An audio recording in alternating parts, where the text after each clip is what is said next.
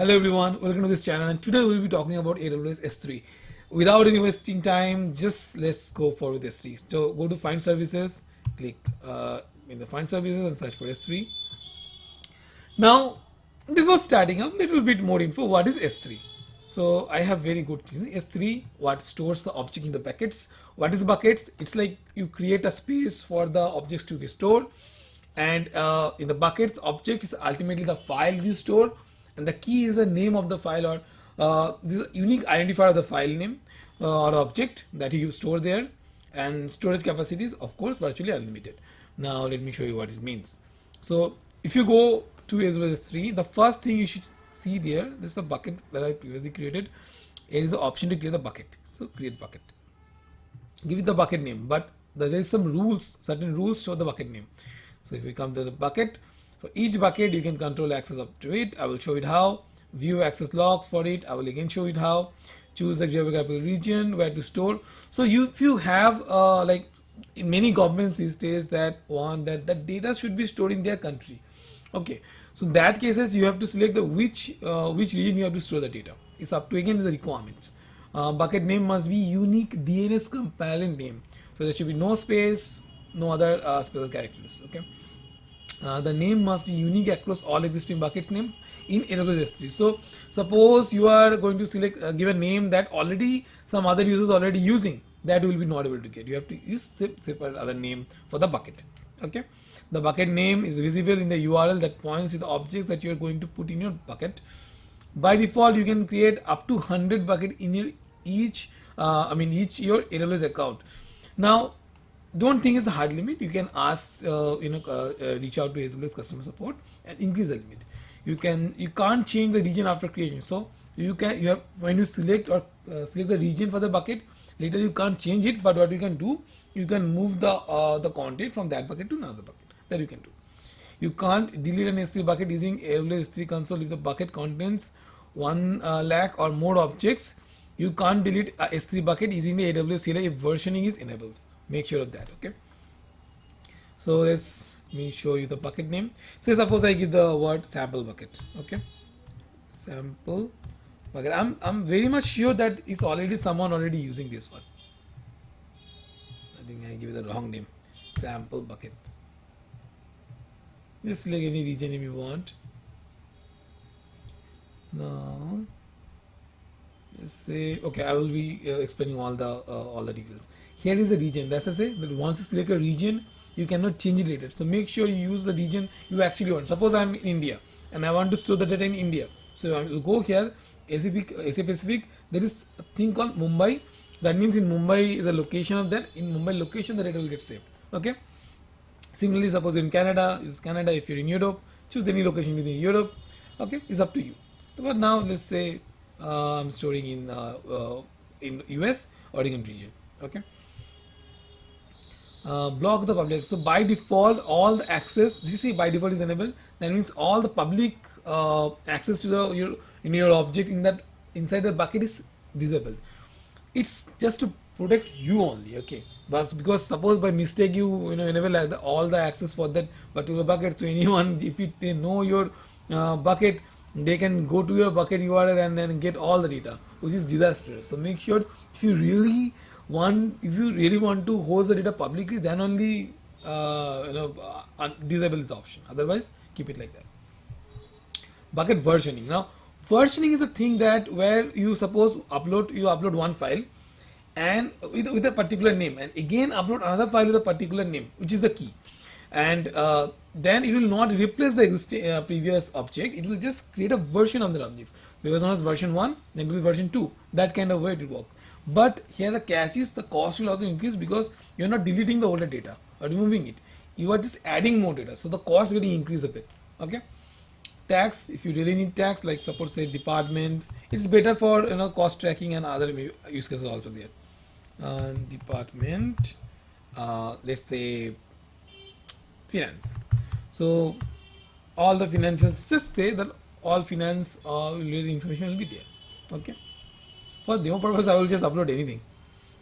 Server side encryption.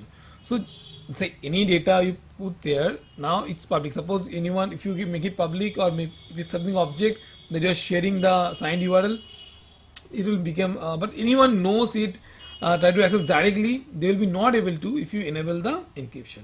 How you can do it? You can either use the Amazon S3 and encryption key that Amazon S3 creates, manage, or uses for them. So it's entirely managed by AWS. Suppose you want your keys to manage. It's very advanced security parts. I will not go much into depth, but you should learn about this later. Okay, I will even explain some in later security related section. If I do, I will cover there. So AWS manage key. The key again will be managed by AWS.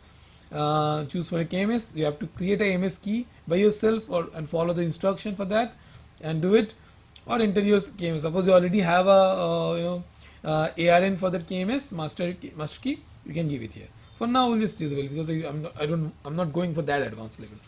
Advanced settings, you will find the object log. Suppose you want to make sure that once the object is uploaded, it should never change. For those cases, like write once and read many times, those cases you should enable. You should have this option. Okay. So suppose someone going to upload another one, they will not work out because you have logged the object. It will never be rewritten. Okay. Okay. Now create the bucket and see the bucket name already exists. So for this, say sample bucket Sandeep, I don't know if it's there or not. Let's see. I think this bucket is not there. It will take few seconds and the bucket will be created. Now we have the bucket ready. So it is sample bucket Sandeep. Okay, now let's see them. So data consistency model. So okay, is also very important to understand the data consistency model. So you read after write, consistency is for the put objects, put of new objects in your S3 bucket all regions. Eventual consistency read after write, head or get request. Eventual consistency of overwrite, puts and deletes. So normally what happens, suppose you upload a file and you delete it immediately, but it will still accessible for the for a few seconds. I think very fraction of second it will still available. These are the consistency model. You should go in depth. I mean, maybe I will go in depth later, but for now just say this is there. It's about reading after writing, eventual consistency. I will cover later. Okay, so don't worry. Storage class, I want to just show you how to upload file and then I will show. So this is the UI, but I mean normal use cases, if you want to just store some files and keep it there, it is fine. But in real use cases where you do it programmatically, there is AWS S3 SDK available. I'm showing the JavaScript, but for most of all languages available. I'll be coming there also after a bit later. But let's just show me how to upload the file. So yes, I'm going to use my image for this. Okay, this is the image and I want to upload in S3. Go. Here's the thing. Suppose you want to for now manage users. Here you are giving like I'm giving myself to the read and write access, but if you want either other users in the organization, you can give them the access for that. Suppose the user not in your organization is some other AWS account, so you can add the AWS account here and give the access there. Okay, it's up to you. Since we have not disabled the public, I mean we not give the public access, so you will not get the permission to give public access to that file. Okay, but you can always change it. I will show it how later. Now we have the storage classes. So what are the storage classes? Here storage class. Storage class for the standard one, which is this one, standard for frequently accessed data. So frequently accessed data, general purpose storage, like if it's like the data you're uploading is getting like each second, minute or daily is getting used. For those cases is a standard case. So you should be using the standard standard class.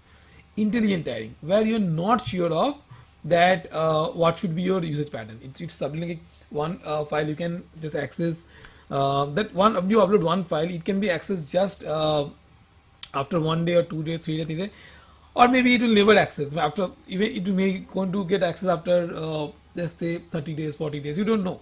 So for those kind of cases, intelligence tiering is not particular to your use case, because you're not sure how the usage pattern is going to be. Some points here. S3 intelligent tiering is storage class designed to customers who want to optimize storage costs automatically, no manual intervention, when the data access pattern change without performance impact or operational overhead. S3 intelligent tiering is the first cloud object storage class that deliver automatic cost saving by moving the data between two tiers, frequently access and the infrequent access. Okay, when the access pattern change, is ideal for data to unknown or changing access pattern. So it happens after 30 days. Suppose, okay, this is the one. S3 intelligent tidying monitor access pattern and move the object that are not accessed for 30 consecutive days. So for continuous 30 days, it never access. So it will move that that particular file class to the like infrequent access. That way you will save a lot more cost. Okay, if an object in the infrequent access there is accessed later, it will automatically move back to the frequent access, which is the general one. Okay, this is the important difference. What is S3 standard infrequent access? Suppose you have a file that is not that getting used, okay, very infrequently getting used. For those cases, you will be selecting the standard infrequent access. You are sure of that. Maybe I need now, maybe after 40 days, 50 days, you don't know. No, those cases you should be using this class.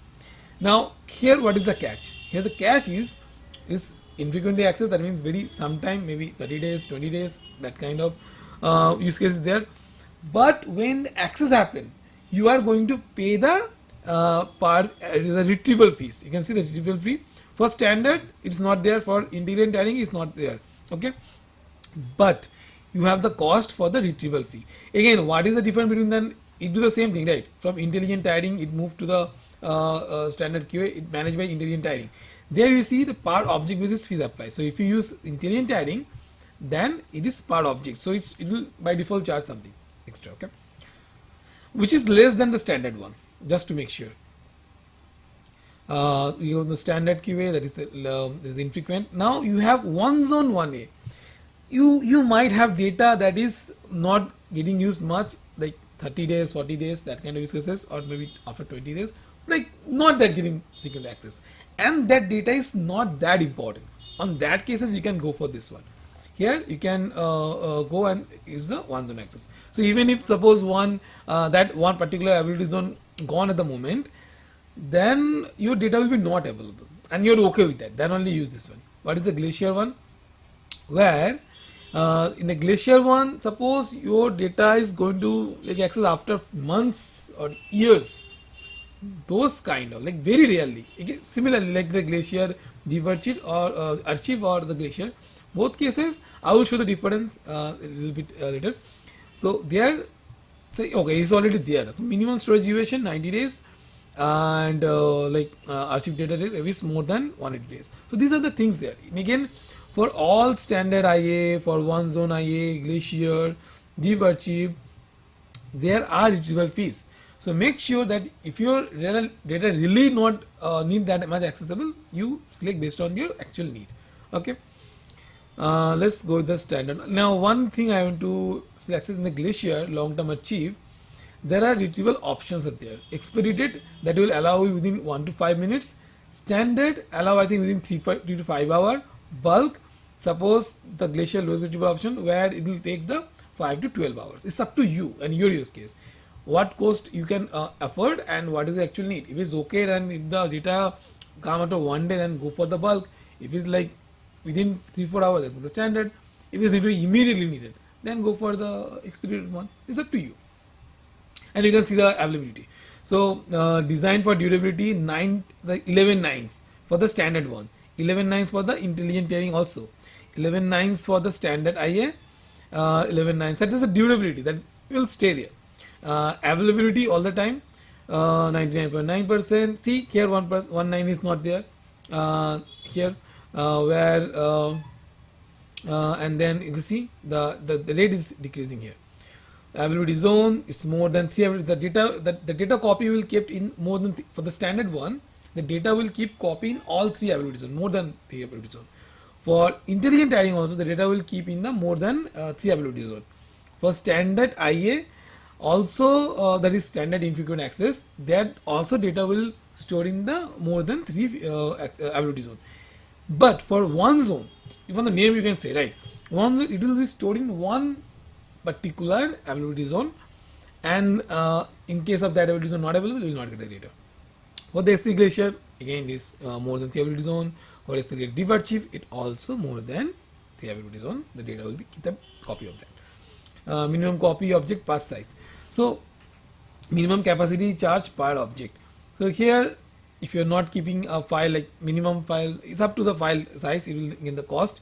But suppose a file for the standard 3 IA and or other cases, you will see 128. Suppose if you have a file that is 1 KB, you have multiple files for 1 KB, could be thousands, millions. They will charge for 120 KB instead of 1 KB. Make sure of that one. For one zone infrequent access, also same thing. For S3 SA also it's 40 KB. For S3 deep archive again for 40 KB.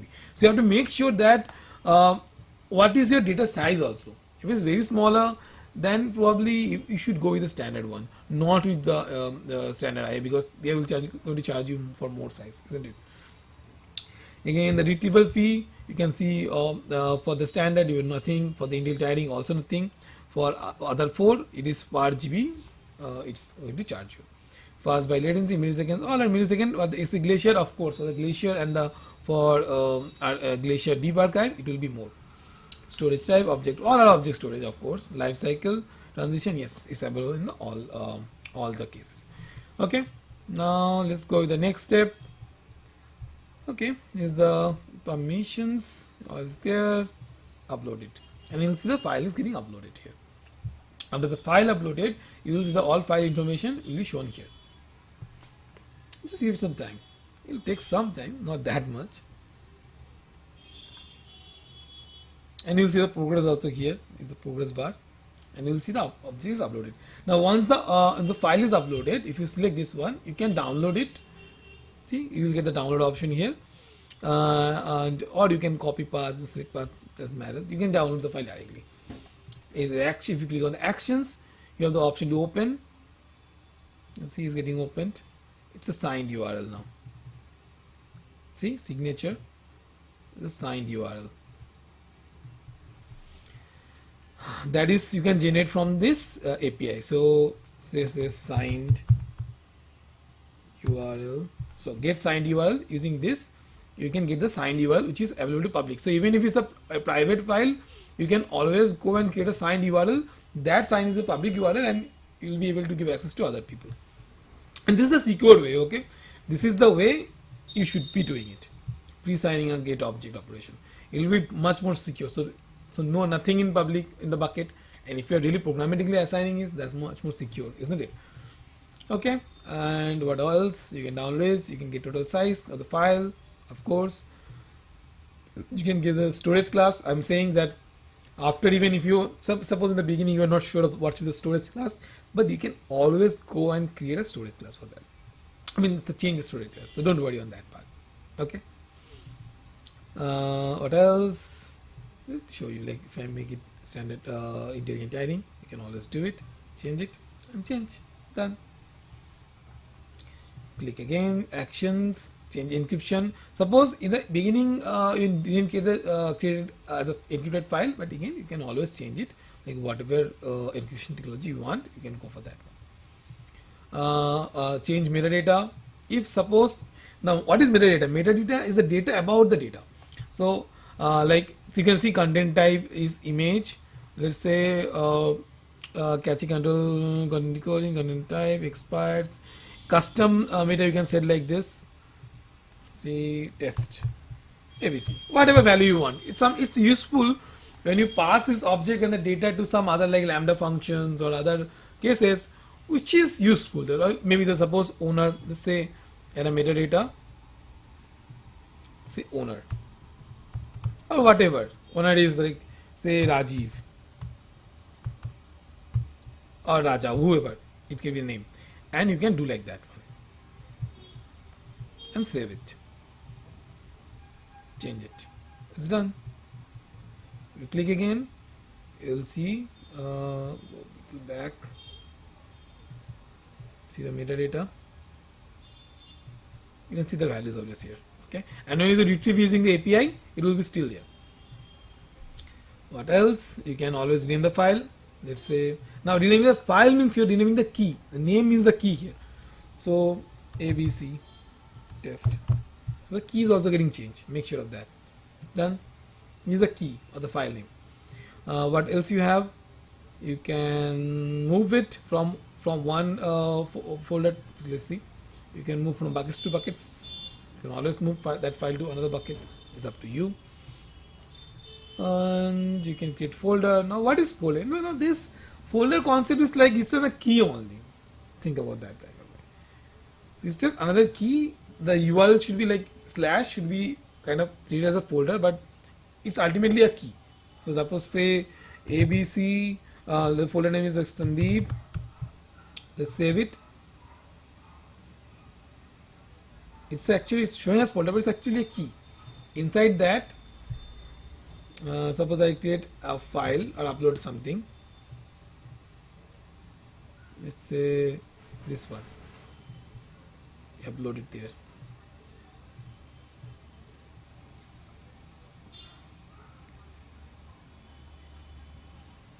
It will take some time, so be a little bit patient. Now I think my internet speed is a bit low. That could be the reason, but don't worry on that part. Okay, it will be available there. Now if you click here, you can see the path. It's so the key is here, Sandeep/anonymous.png. That is the key here. See, this is the key I am showing you. That's what I want to show you.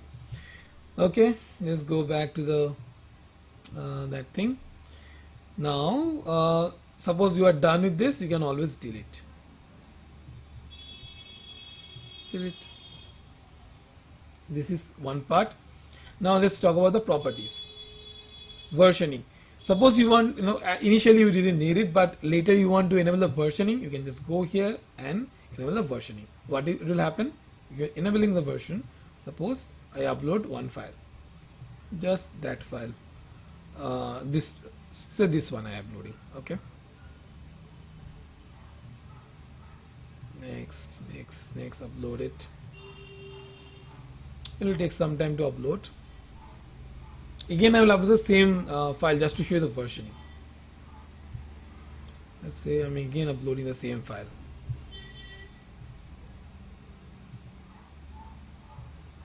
Next, upload. Okay, now let's go here. You can see it here. Latest version. You can see two versions available. One is the previous one, and now is the latest version. That's how I want to show you. So you have the two versions. You can delete the old version, and you can delete this one also. That's it. Now let's go and disable it. You can always disable it. Suspend versioning. Save it. Server access log. Suppose you want all the access log you want to store. Just give where you want to store it, whatever bucket name and target prefix. Like suppose say access logs. It's up to you. You can do like that. I don't need it, but I'm just showing you. If you want to keep the record in, suppose all the access log you want to keep in another separate bucket and make sure that bucket is accessible to only security auditors, not anyone else. You can do that way. It's up to you. Now go to the static site hosting. Now let's say you want to host. You're a front-end engineer, and you want to host or show that code somewhere. Static cons, of course. And if you have API, always you can use call the backend APIs from the front end. It's up to you. But simply if you are hosting the designs or HTMLs, you don't have to worry about all this. You can use this bucket as a static website hosting. Let's say index HTML file. Let's create an index.html file. Okay, pretty quick. Let's say h1. I'm just give me a simple example. Okay. Hello world. Let's save it in desktop. Say index. It could be any name. I'm just giving it the index.html. Done. And let's say I'm uploading that one. Okay. The request is hosting. Save it. Done. Let's say we go to the bucket overview and upload that index file. Next,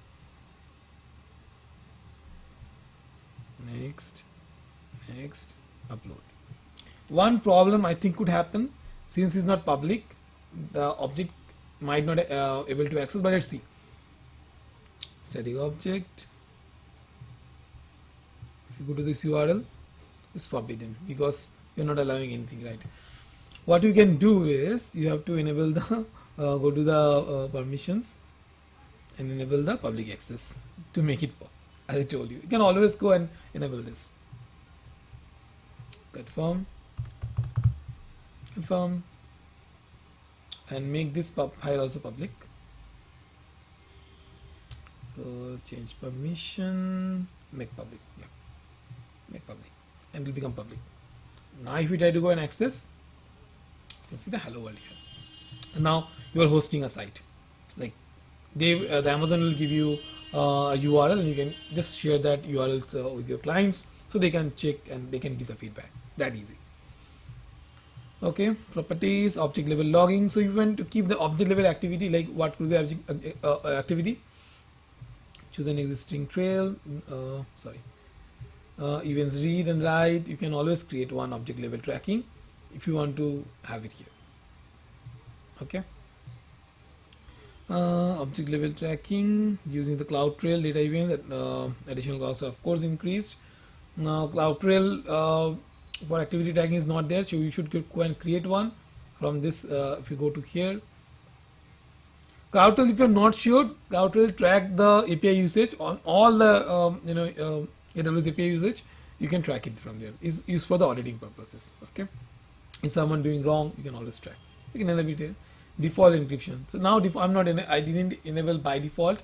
Suppose you want to make sure that anyone upload anything, it should be by default. Some encryption follow should happen, like AES 256 or KMS. You can enable from the enable from here. Okay. Okay. What else? Now let's go to the permission part. This is very important actually. Suppose you are like the public access one. You can disable the public access from there. Permissions, then block public access that thing. If you just enable it again and save it and just say confirm, you'll see I'll be not able to access anymore. Kind of that way, it's just block at the very same time. Access controlling. So you want to make sure like who should be able to access. Like in the beginning, I had the option to add account. Like suppose you have your user list, you can allow them. Suppose you want to have external AWS users to have this access, you can give them the access here. Now public access, everyone, is up to you. What should be you're giving access to anyone. Bucket policy, like suppose you want to make sure this bucket have access to a particular IAM user. That kind of changes you can do here. Okay, course configuration. This is more of suppose you want to enable upload file, download file. You want to use this APIs. Okay, using this you want to like put call, put object, or like get object. This kind of thing you are ultimately making API requests, isn't it? For those cases you have to make sure. I'm going to let me show you sample one. Okay, sample course configuration S3 course configuration. You can always go ahead and like this one. Okay, let's see. Yeah, this is sample one. You can say from allow origin. This is like normally in websites you do. It's also here also same. Like from which URL should be allowing it, or maybe if you want to make sure that from any URL from any API call you want to allow it, you can always make it star. Star and then what method should be allowed. You can always and just copy it and paste it here. And just make sure I want to make always sure that I should be able to upload from anywhere, and you can have it here like this. Okay, so for multiple sites if you want to do, you can enable like this one. I want to do it from only one and click on save. This configuration will be saved. So from this SDK I can always use this SDK to upload the file and all. For this you need it. Most people actually forget to do this and they're not able to upload the file. So make sure you use this one. Okay.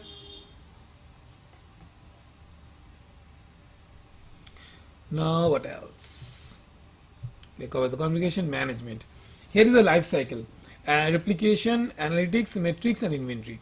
Now what is life cycle? Suppose for one object you want to create the life cycle, or maybe for multiple objects you can create like this. So enter rule name. Say sample life cycle rule.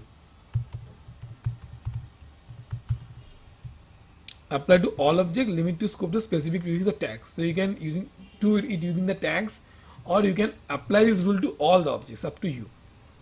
Say I'm doing using the all thing. Okay, then storage class translation, previous version, current version of that one. Transition, what should be the transition, from what to what state it will transit? Let's say transition. So what you want to do, suppose you have an object, you want to move it automatically to the standard one IA or intelligent tiling or one zone, whatever that is you want to do, after certain days. So you can do it like this. Or you want to do the current version, if the versioning is enabled, then the current version, previous version, you can do for the what you want to do with the current version, what you want to do with the previous version. Since I have not enabled the versioning, I can just go with the current version. Here you just, maybe you want to move after a file to standard one zone infrequent access after 30 days, and you want to move to Intel one zone IA after say let's say 40 days. So you can do it like that. Oh, sorry, 60. Okay, you can do it like that. Clean up expired objects, delete markers. So configure expiration. So for the, suppose this is for transition from, if you want to transit from one object to one storage class to another storage class. Suppose you want to expire any objects, the life cycle, right? So you may want to like delete an object is not required anymore. Suppose you have a file that's required for 30 days, and after 30 days it should delete automatically. You can do it by this one. After say 30 days of object creation, okay, 60, okay, there is condition that enter 61 days should be there. Okay, so 63 days. That's for example. After that, it should, the file should all should get removed. Okay. Okay. And clean up expired, delete markers, clean up incomplete. So suppose you are, this is also very important one. So for up to, I think 5 GB you can upload from direct single file upload, but from more than size thing you have to use the multi-part file upload scheme. For the, suppose it's failure somehow, it should automatically remove. Otherwise you're paying high and you're not using that one, right? You can do like this. After 7 days, if it's a failure failed upload thing, you should, or incomplete you can say, that will also it should be removed. Okay, you can do it like this way. Okay, yes, I acknowledge that and save it. And then you have created your own rule set. You can always go and delete it, edit it, whatever you want to do, you can do it. Okay. Replication. It's an important one, but to explain this, it's a bit more complex concept. I'll be not covering it, but in a normal concept, suppose you want to you have multiple files, that is very important, and you want to keep a copy of that file in multiple places. For those things you can use the application if you have the requirement. Make sure you have to enable versioning for both places, from one bucket to one bucket. You have to make sure that both that from target, I mean from the source to target, source have the access, source account have the access to the target bucket, otherwise it will not work. These are a lot of condition, maybe in the later video will show, but make sure that if you have the requirement, you can always use replication. I will show it later, not now, today. Analytics, you will see what kind of analytics if you want, storage class analysis, whatever you want to, and you can have it here. Let's say file name. If you have a lot of files, lot of access logs, then you can do analysis. That's, I don't have much data here. Metrics, we'll show the metrics. I don't have like how much storage, so requests, how much requests happen, data transfer happen, replication happen, all data will be there. Since I have not just created the bucket, the data is not there. Access points. If you want to have the customized access point, like virtual private cloud, virtual, or maybe the public ones, you can create from here. Again, these are the advanced. I don't want to cover today, but these are there. Okay. You can see access point can be used to provide access to bucket. S3 console doesn't support using virtual private cloud access point to access bucket resources. To access bucket resources from a BVC access point, you need to use AWS CLI, AWS SDK, or Amazon S3 REST point. Now I have shown you all these things, but do you know that from the CLI also you can do all this kind of stuff? How? Of course, you have to install AWS CLI. I'll just show you AWS CLI, this one. command interface, install it. I have already installed, but you can always go and install it. You have the Mac OS, whatever is your OS, you can go according to that. I have already installed. Say I'm doing AWS S3 LS, and I was able to see this is the one I've created, isn't it? Or is the time also there? And you can always get documentation here, like what you can do with this documentation. So I can actually directly search about S3. Let's see. I should be able to, otherwise I'll just search about it, not an issue. S3K is good tools, SDK, AWS CLI S3. Okay, let's search for AWS CLI S3 documentation. You'll find it like this way. You can see what kind of command you want to use. Suppose instead of like you have a huge file, 20 GB, 30 GB, 40 GB, that kind of volume, you can always like use the command line from this from your existing host machine. You have the access in both the buckets. You can do transfer, you can do delete, you can do any kind of commands.